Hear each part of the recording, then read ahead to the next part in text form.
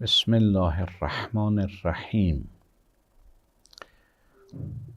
انما انت منذر ولکل قوم هاد. Kur'an Ra'd suresinin 7. ayəsində buyurur: Ancaq sən ayıldansan, qorxudansan, insanları yola salansan, yolu göstərənsən. Amma hər qovmun hidayət vericisi var. Bu ayədə iki termin işlənib. Munzir, had. Munzir yəni ayıldan, qorxudan, agahlıqla qorxudan. Had yəni hidayət edən. Əlbəttə munzirlik bir növ hidayət etməkdir da. Lakin burada ayrı-ayrı gəlibdir.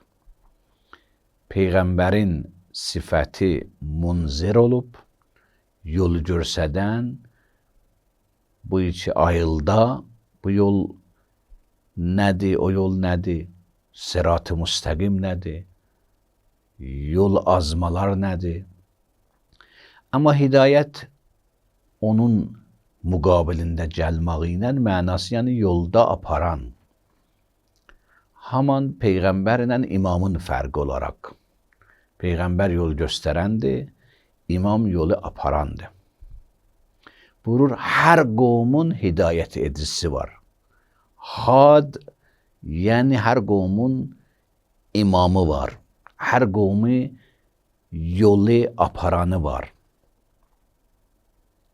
Ona görə hədislərimizdə çoxlu mənbələrdə, mötəbər mənbələrdə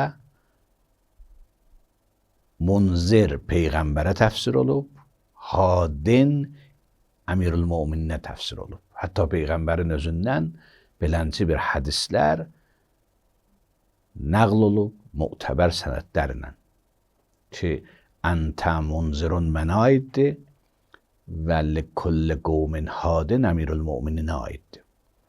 Ki, Peyğəmbər Əkrəm buyurur, ya Əli, əntə əsluddin. Bu ayənin təfsirində buyurur, sən dinin köküsən və mənarul iman, imanın əlamətisən və qayətul huda, hidayətin məqsədisən.